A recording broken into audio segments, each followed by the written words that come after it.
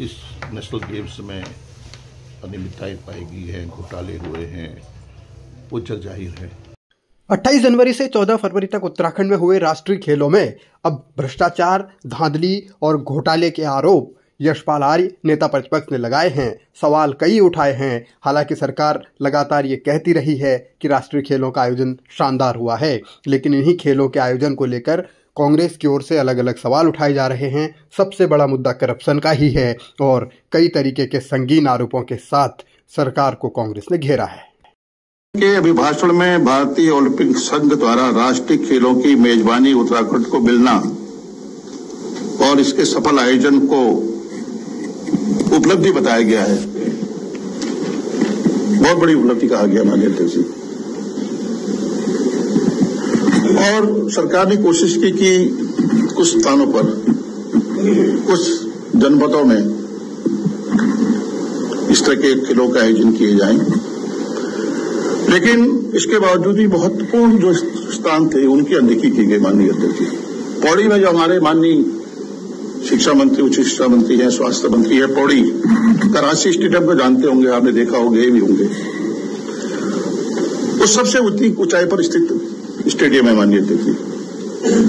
वहां पर सरकार ने कोई खेल आयोजित नहीं किया, उसकी अनदेखी की गई। और माननीय अध्यक्ष जी,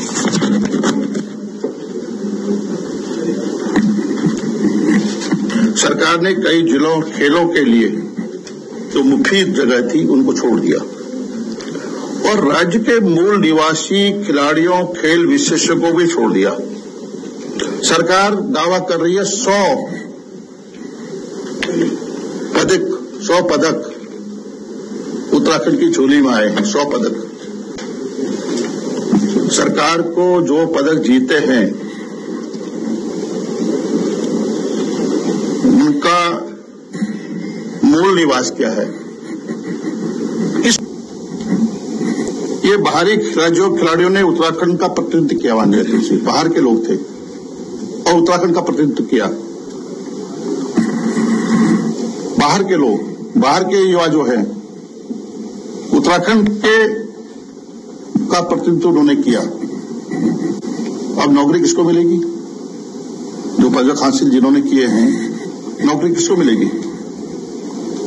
जो पदक जीते हैं, नौकरी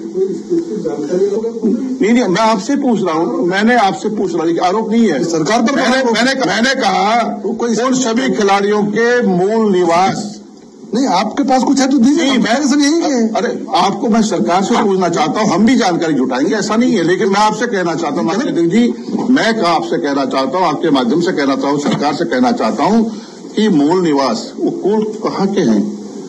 उनका मूल निवास कहाँ का है? नहीं तो जनपद के हैं। आप इसको सरकार सदन के नेता प्रतिपक्ष है, उसको सरकार को बेईमानियों का आरोप लगा रहे हैं। ये लोग बेईमानी कर रही है। नहीं, मैं कह रहा हूँ, आप ही के बताइए, आपके पास तो पूरी तालिका है। भाषण तो सरकार है, होना चाहिए ना। मेरा सरकार है, आप सरकार के पास पूरे बजट जिनको आपने प्रस्तुत किया है, जिनको जो खिलाड़ी ने पदक हासिल किए हैं, उनकी पूरा आपके पास डाटा होगा। आप बताएंगे कि किस जनपद के हैं, कहाँ से, किस गांव से आए हैं, किस ब्लॉक से आए हैं, ये तो बताना पड़ेगा ना। नहीं तो हम बताएंगे सरकार को, पदक क्या आ रहा है? पदक जीते, 100 पदक जीते, 100 मेडल ले गए, लेकिन किस जनपद के हैं, किस मूल निवास क्या है, उसके बारे में कहीं नहीं है।